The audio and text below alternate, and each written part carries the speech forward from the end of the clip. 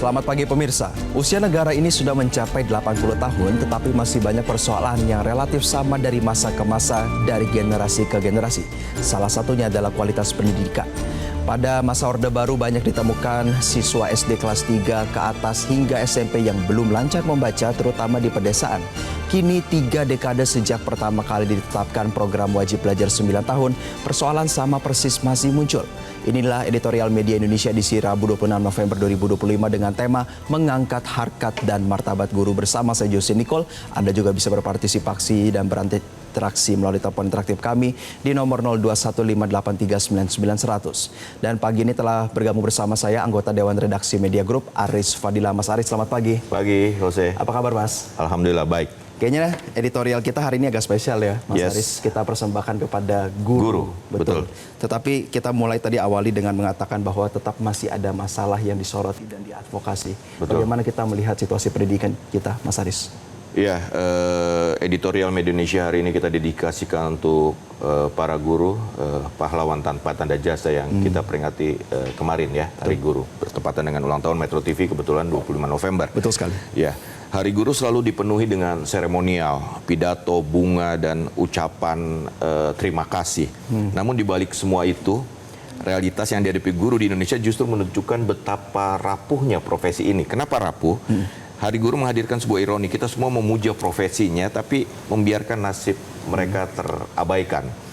Di berbagai provinsi lebih dari data menunjukkan 40% guru di sekolah negeri masih berstatus honorer. Banyak dari mereka menerima gaji bahkan tidak memenuhi setengah kebutuhan hidup mereka sehari-hari. Bahkan bayangkan tidak bisa memenuhi setengah dari kebutuhan hidup mereka. Di sejumlah daerah ada guru yang dibayar 300 sampai 500 ribu per bulan. Anda bisa bayangkan itu sulit sekali untuk memenuhi kebutuhan pokok, sekedar kebutuhan pokok. Setengahnya saja tidak sanggup. Jumlah yang nyaris tidak masuk akal untuk sebuah profesi yang kita sebut sebagai pahlawan. Dan kita juga tentu melihat ya Mas Aris bagaimana korelasi antara kualitas guru dan kualitas siswa yang pada akhirnya juga akan menjadi generasi penerus bangsa. Itu kan tidak jauh.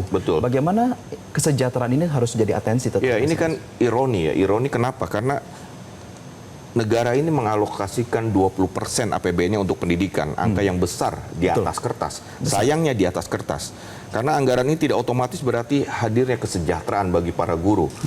Distribusi dan prioritas anggaran seringkali tidak menyentuh persoalan intinya, yaitu pendidik yang berada di ruang kelas, pendidik yang tadi Jose bilang bahwa mereka mengajar, memberikan bekal untuk anak-anak muda yang menjadi harapan bangsa.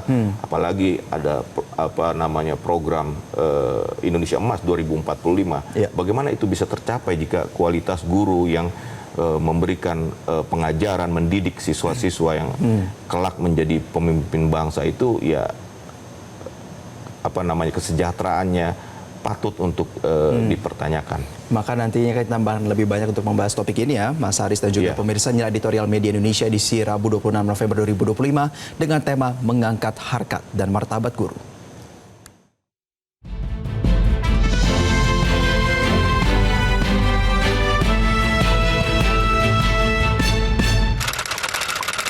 Mengangkat harkat dan martabat guru.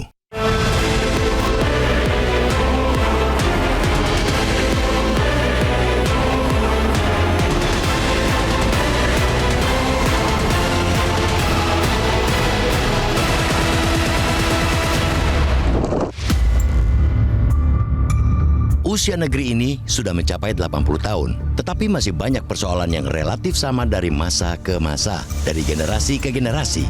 Kualitas pendidikan salah satunya. Pada masa Orde Baru, banyak ditemukan siswa SD kelas 3 ke atas hingga SMP yang belum lancar membaca, terutama di pedesaan. Kini, 3 dekade sejak pertama kali ditetapkan program wajib belajar 9 tahun, persoalan sama persis masih muncul. Direktur Kepala Sekolah, Pengawas Sekolah, dan Tenaga Kependidikan Iwan Junaidi mendapati para murid kelas 3 di SDN Rawabuntu, Jakarta belum lancar membaca. Itu terjadi di Jakarta yang sampai saat ini masih menjadi ibu kota negara. Dalam tahun ini pun, bahkan di beberapa daerah ditemukan banyak siswa SMP yang belum lancar membaca. Jumlahnya bukan hanya puluhan, melainkan ratusan, bahkan mungkin sampai ribuan siswa. Kualitas pendidikan tidak lepas dari kualitas tenaga pendidik alias guru.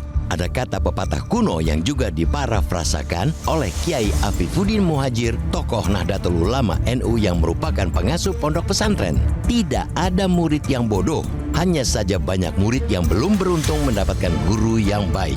Kualitas guru memainkan peran yang besar untuk menjadikan murid pintar atau menemukan kepintaran mereka. Sayangnya, fokus guru terpecah. Di satu sisi, mereka bertugas mendidik murid menggali potensi diri. Di sisi lain, harus menghadapi beban ekonomi akibat minimnya upah atau gaji. Komite Persatuan Guru Republik Indonesia PGRI menyebut pada 2024 terdapat sekitar 2 juta guru honorer. Mereka kerap mendapatkan upah jauh di bawah upah minimum kabupaten kota. Menurut Perhimpunan Pendidikan dan Guru P2G, nasib serupa juga dialami guru-guru swasta dan guru pendidikan anak usia dini atau PAUD. Mereka hanya menerima Rp200.000 sampai Rp500.000 per bulan. Guru mestinya merupakan profesi yang terhormat sekaligus bergengsi.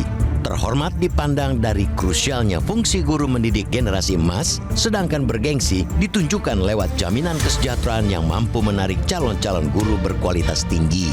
Jangan lagi ada kasus seperti yang dialami 2 guru di Luwu Utara, Sulawesi Selatan. Mereka dipidana karena berinisiatif menggalang sumbangan Rp20.000 dari orang tua siswa untuk membantu guru-guru honorer di sekolah mereka yang sudah 10 bulan tidak digaji. Konstitusi sudah mengaturnya dengan sangat jelas. Untuk jenjang pendidikan dasar, Pasal 31 Undang-Undang Dasar 1945 Ayat 2 menyatakan setiap warga negara wajib mengikuti pendidikan dasar dan pemerintah wajib membiayainya. Pada saat bersamaan, negara juga mesti memberi ruang partisipasi aktif masyarakat untuk terlibat dalam upaya memajukan pendidikan. Putusan Mahkamah Konstitusi MK Putusan nomor 3 garis miring PUU Des 22 Romawi garis miring 2024 tahun 2025 juga sudah menegaskan bahwa pemerintah wajib menggratiskan biaya pendidikan dasar SD dan SMP baik di sekolah negeri maupun swasta. Biaya pendidikan itu sudah mencakup gaji guru sehingga tidak ada alasan untuk memungut biaya apapun dari siswa. Namun, ruang partisipasi memajukan pendidikan di negeri ini bukan berarti ditutup karena di negara dengan tingkat pendidikan maju sekalipun, institusi privat maupun masyarakat terlibat aktif dalam mendorong mutu pendidikan. Pemerintah harus memastikan bahwa negara mampu memastikan hak dasar rakyat terpenuhi. Tentu saja, MK masih memberi kelonggaran untuk sekolah-sekolah swasta yang sengaja dipilih siswa karena keunggulannya, bukan karena siswa yang bersangkutan tidak mendapatkan kursi di sekolah negeri. Di jenjang yang lebih tinggi, pemerintah tetap harus memastikan setiap guru mendapatkan upah yang layak. Guru juga warga negara yang berhak mendapatkan penghidupan yang layak dan hidup sejahtera sesuai amanat Undang-Undang Dasar 1945. Sama sekali tidak berlebihan bila guru non-aparatur sipil negara non-ASN setidaknya mendapatkan upah mengikuti standar upah minimum. Mari kita junjung harkat dan martabat guru karena oleh tangan-tangan mereka bibit-bibit sumber daya unggul dibentuk untuk mewujudkan Indonesia emas.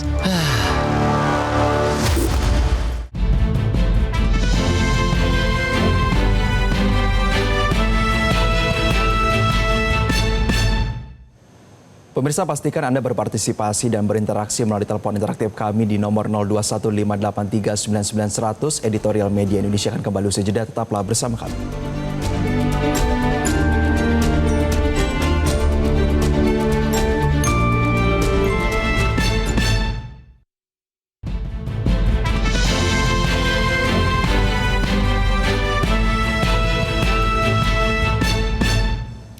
Anda kembali bersama kami di Editorial Media Indonesia, pemirsa, dan kita akan mendengar tanggapan dari salah satu penelpon yang telah bergabung bersama kami. Ada Ibu Ong Maihwa dari Jakarta. Selamat pagi, Ibu.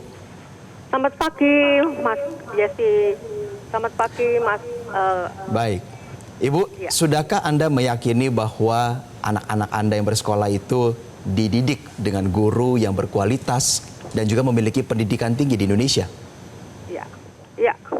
Memang guru kita itu sangat berjasa. Tanda guru tidak punya tanda jasa. Tetapi pengabdian kepada negara, kepada anak-anak didik kita. Ada guru yang belum menerima hanya dengan honorer. Ada yang jauh dari pemerintah dari DKI. kasihan kan Mas, pendapatan guru itu berapa. Lalu sekarang pengabdian kepada anak-anak bangsa ini yang tumbuh untuk negara dan untuk menuju Indonesia Emas 45. Sekarang guru ada yang di Luwu melakukan pemungutan sehingga dia kena sanksi, lalu direhabilitasi. Saatnya pemerintah itu memikirkan bagaimana pendapatan guru agar mendidik anak-anak kita. Lalu dengan tidak menerima honorer. Honorernya hanya 300. Cukup apa Mas Yosi? Ya, Ya, baik. makanya Mas Ale, ya, semoga saja guru-guru kita jaya terus mengabdi kepada negara anak bangsa ini. Assalamualaikum warahmatullahi wabarakatuh. Waalaikumsalam warahmatullahi wabarakatuh. Terima kasih Bu Ong Maihwa atas tanggapan Anda. Mas Aris, kembali kita sampaikan ini ya, bahwa ternyata guru honorer, keberadaan dari guru honorer ini masih menjadi atensi, terutama berkaitan dengan kualitasnya, tentu tanpa meragukan ya Mas Aris. Bagaimana kita menyorotnya? Tadi kita sebut 40% guru di sekolah negeri masih berstatus honorer. Anda bisa bayangkan 40%. Guru honorer itu kan menjadi, artinya 40%, guru honorer ini menjadi tulang punggung sistem pendidikan kita, tapi justru menerima paling sedikit. Tadi kan 300 sampai 500. Mereka 40% menjadi tulang punggung, tapi menerima paling sedikit. Mereka mengajar di atas ketidakpastian akan bagaimana, apakah cukup uangnya untuk 1 bulan, bagaimana mereka bisa mentransfer ilmu yang mereka miliki ketika mereka harus berpikir bagaimana memenuhi kebutuhan hidup. Jangankan 1 bulan, setengah bulan pun tidak cukup. Akhirnya mereka mencari pekerjaan sampingan, tukang ojek segala macam. Bagaimana bisa berkonsentrasi untuk menghasilkan anak-anak yang berpendidikan baik? Menggantikan kekurangan mereka itu kan menggantikan kekurangan formasi guru ASN yang tidak mampu dipenuhi oleh pemerintah. Ya, betul. Namun pekerjaan mereka tidak diimbangi dengan perlindungan atas kehidupan yang layak. Inilah potret pendidikan kita kan. Sebuah pertanyaan yang tidak pantas muncul untuk profesi yang disebut sebagai benteng peradaban. Guru itu kan benteng peradaban ya. Tapi mereka dengan nasib dan ketidakpastian soal upah. Dan itu juga menjadi salah satu atensi kalau kita korelasikan kepada pendapat Ibu Ong Maihwa tadi ya, Mas Aris, terutama berkaitan dengan insiden terjadi di Luwu Utara. Betul. Mendapatkan atensi daripada Presiden, kita apresiasi, rehabilitasi, tetapi kan artinya potretnya itu belum berubah. Betul. Mas Aris. Ini kita bicara wilayah yang bukan jauh di sana ya Mas Aris, ini bukan megahnya Pulau Jawa. Bagaimana itu Mas Aris? Iya, seorang kepala sekolah yang mengumpulkan dana dari orang tua murid berdasarkan kesepakatan karena melihat guru-gurunya belum digaji 10 bulan, ya kan? Itu kan kesepakatan, itu gotong royong lah, inisiatif untuk sekedar menambah dan memberikan honor yang memang belum dibayar. Terus dipidana. Ini kan jadi gotong royong, itu kan semangat masyarakat kita. Ya, sepanjang itu merupakan sebuah kesepakatan dan orang tua rela untuk mengeluarkan uang kesepakatan. Dalam kesepakatan itu pasti kan ada yang kalau tidak mampu saya tidak beri. Itu kan kesepakatan. Dan kalau itu dikriminalisasi, itu yang menjadi soal. Tapi kan Mas Aris, salah satu hal yang menjadi atensi juga kan adalah bagaimana 300 sampai 500 ribu, angkanya ini tuh menjadi isu sekali Mas Aris. Maksudnya kalau kita melihat apakah sebenarnya pemerintah tuh punya gitu kemampuan fiskal untuk minimal deh setengahnya bayaran ASN Mas Aris, begitu? Ya, kalau tadi kita sebut di awal bahwa 20% dari APBN itu adalah anggaran untuk pendidikan, seharusnya bisa saya katakan. Tinggalkan bagaimana istilahnya pengaturannya. Ini luar biasa loh, 40% sekolah negeri gurunya honorer yang pendapatannya tidak memenuhi standar hidup layak. Anda bisa bayangkan gitu loh, anak-anak kita dididik oleh guru-guru yang pendapatannya tidak bisa untuk hidup layak. Seperti kita tadi, akhirnya kan mereka tidak berkonsentrasi. Bagaimana mereka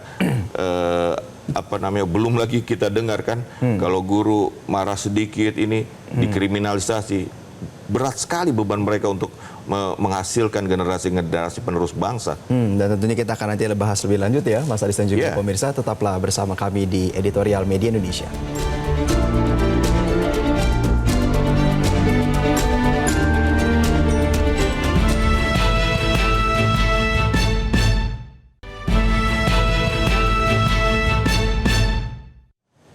Terima kasih Anda masih bersama kami pemirsa. Kita berada dalam bagian akhir dari diskusi kita pada pagi hari ini, Mas Aris. Sebenarnya kalau kita melihat ya kerangka konstitusi berkaitan dengan pendidikan sebagai hak, itu sebenarnya sudah banyak yang mengatur. Tapi kenapa implementasinya kayak hidup segan mati tak mau nih, Mas Aris?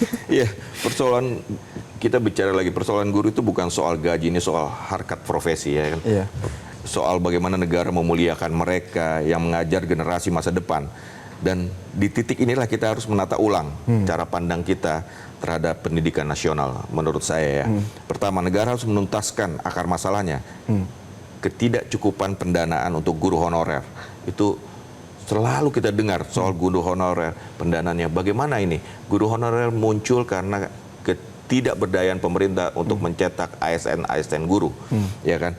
Selama kekurangan formasi ASN tidak diselesaikan dan selama BOS bantuan operasional sekolah tidak fleksibel untuk mendukung kesejahteraan guru, kan BOS ini kan ada peruntukannya ya. Kenapa saya bilang selama tidak fleksibel? Seharusnya bisa fleksibel sehingga kepala sekolah itu bisa mengatur untuk kebutuhan yang penting. Proses pembelajaran itu berjalan dengan baik. Guru honorer bisa tapi kan mereka takut dikriminalisasi ketika mereka salah menyalurkan BOS itu karena memang sudah ada peruntukannya. Makanya saya sebut fleksibilitas BOS itu bisa menjadi semacam bridging ya. Sebelum ada memang pemerintah mampu mencetak ASN guru yang mencukupi untuk kebutuhannya. Maka sekolah akan terus mencari jalan lain kan ketika dana BOS ini tidak fleksibel. Honorer telat gitu kan. Mereka mencari upaya kepala sekolah ini. Nah, ini bukan salah sekolah, bukan salah orang tua ketika kemudian ada inisiatif gotong royong, tapi ini adalah cermin dari kegagalan negara memenuhi hak dasar pendidikan yang tadi saya bilang kan. Ini kan wajib belajar 9 tahun, itu kan harusnya gratis. Itu dari negara. Berarti kan ini kegagalan negara dalam menjamin pendidikan dasar. Jadi ketika ada dana BOS, tapi mungkin tidak fleksibel sehingga kepala sekolah kan takut untuk ini mungkin bisa dia ya seperti inilah ya pemimpin perusahaan lah ya. Ketika ada ini untuk ini dulu. Iya, prioritas. Sementara kan tujuan akhirnya adalah mencetak anak-anak pintar, anak-anak yang belajar di kelas, itu yang utama kan dari sebuah sekolah.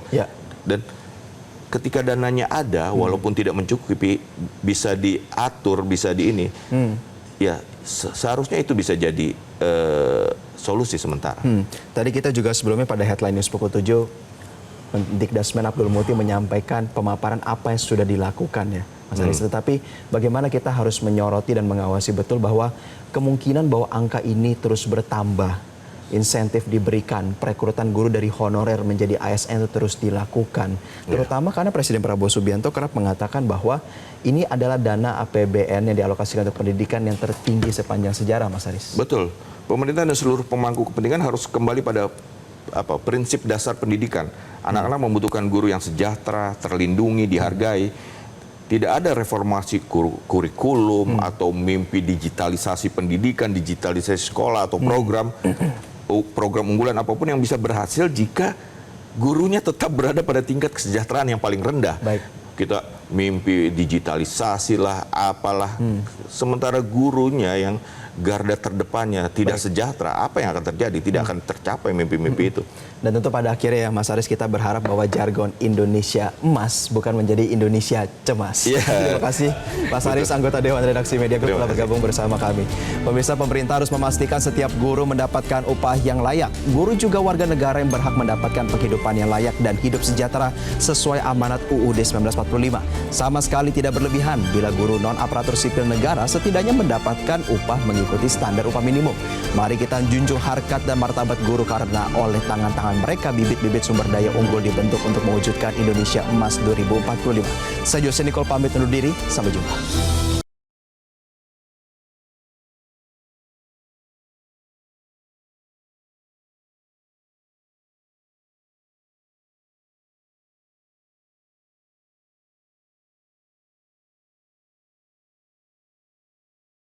Jelajahi cara baru mendapatkan informasi. Download Metro TV Extend sekarang.